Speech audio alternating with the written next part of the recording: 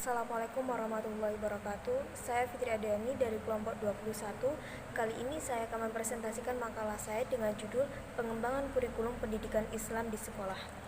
Pembahasan kali ini yaitu pengertian kurikulum pendidikan Islam, kemudian pendidikan Islam di sekolah, dan pengembangan kurikulum pendidikan Islam di sekolah. Poin yang pertama yaitu pengertian kurikulum.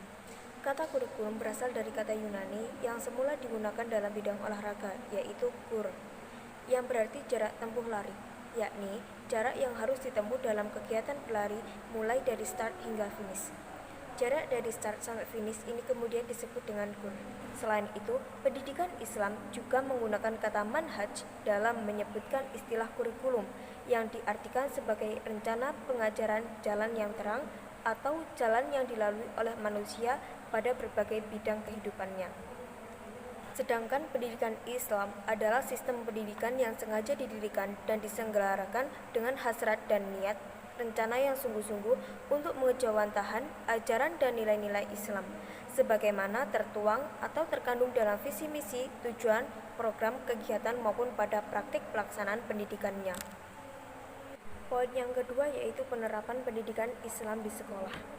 Sekolah umum sebagaimana seperti SD, SMP, SMA maupun SMK merupakan suatu lembaga pendidikan umum yang mana di dalamnya diajarkan beberapa mata pelajaran yang universal.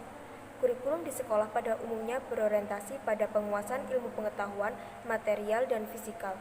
Waktu pembelajaran kurikulernya juga sangat terbatas, sehingga semua itu ikut melatar belakangi sistem pendidikan persekolahan menjadi terkesan berorientasi pada sistem kognitif. Pelaksanaan pendidikan Islam di sekolah umum penuh tantangan, karena secara formal penyelenggaraan pendidikan agama Islam di sekolah hanya 2 jam pelajaran per minggu. Padahal, dalam materi pendidikan agama Islam, banyak yang mesti dikuasai oleh peserta didik, seperti berkaitan dengan pengetahuan agama, penanaman akidah, praktek ibadah, pembinaan perilaku atau yang dalam undang-undang disebut dengan pembinaan akhlak mulia. Poin ketiga yaitu pengembangan kurikulum pendidikan Islam di sekolah.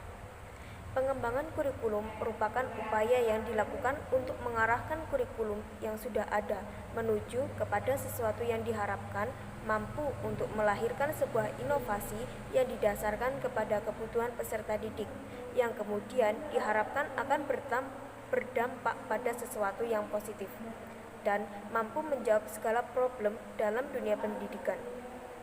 Sehingga hal-hal yang harus diperhatikan dalam rangka pengembangan kurikulum adalah nilai fungsionalnya.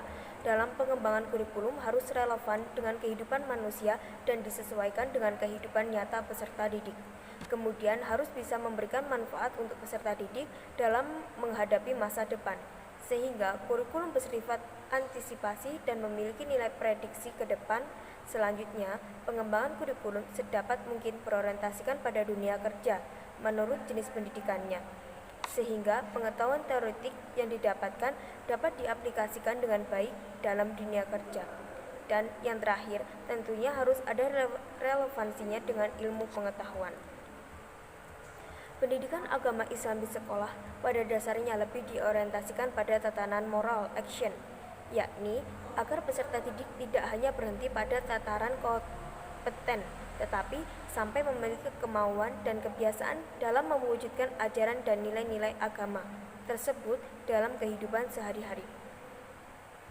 Pendidikan agama Islam di sekolah umum terselenggara sebagai upaya pengintegrasian pendidikan Islam ke dalam sistem sekolah yang kurikulumnya berorientasi pada pengetahuan umum.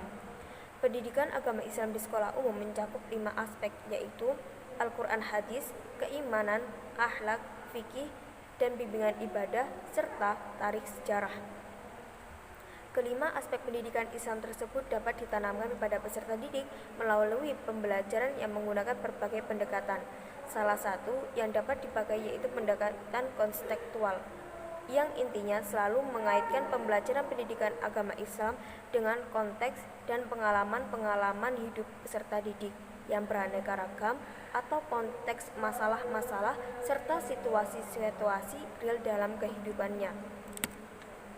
melalui interaksi dengan lingkungan dan menginterpretasi terhadap pengetahuan dan pengalaman hidup, maka peserta didik dapat mengonstruksi makna dan nilai-nilai Islam yang perlu diinternalisasikan dalam dirinya. Menurut Muhaimin, pengembangan kurikulum pendidikan Islam dapat diartikan dalam 3 perspektif: kegiatan yang menghasilkan kurikulum pendidikan agama Islam, proses yang mengaitkan suatu komponen dengan komponen yang lainnya untuk menghasilkan kurikulum pendidikan Islam yang lebih baik, dan kegiatan penyusunan desain, pelaksanaan penilaian, dan penyempurnaan kurikulum pendidikan agama Islam. Dalam realitasnya, pengembangan kurikulum pendidikan Islam mengalami perubahan-perubahan paradigma, walaupun dalam beberapa hal tertentu paradigma sebelumnya masih tetap dipertahankan hingga sekarang. Hal ini dapat dicermati dari fenomena berikut. Yang pertama, perubahan dari tekanan hafalan dan daya ingat tentang teks-teks dari ajaran agama Islam, serta disiplin mental spiritual sebagaimana pengaruh dari Timur Tengah kepada pemahaman tujuan, makna, dan motivasi beragama Islam untuk mencapai tujuan pembelajaran pendidikan agama Islam. Yang kedua, perubahan dari cara berpikir tekstual, normatif, dan absolutif kepada cara berpikir historis, empiris, dan kontekstual dalam memahami dan menjelaskan ajaran nilai-nilai agama Islam. Yang ketiga, perubahan dari tekanan pada produk atau hasil pemikiran keagamaan Islam dari para pendahulunya kepada proses atau metodologinya sehingga menghasilkan produk tersebut. Dan yang terakhir, perubahan dari pola pengembangan kurikulum pendidikan agama Islam yang hanya mengandalkan pada para pakar dalam memilih dan menyusun isi kurikulum pendidikan agama Islam ke arah keterlibatan yang luas dari para pakar, guru, peserta didik, masyarakat untuk mengidentifikasi tujuan PAI dan cara-cara mencapainya. Sekian presentasi dari saya. Apabila ada salah kata saya mohon maaf. Akhirul kalam. Assalamualaikum warahmatullahi wabarakatuh.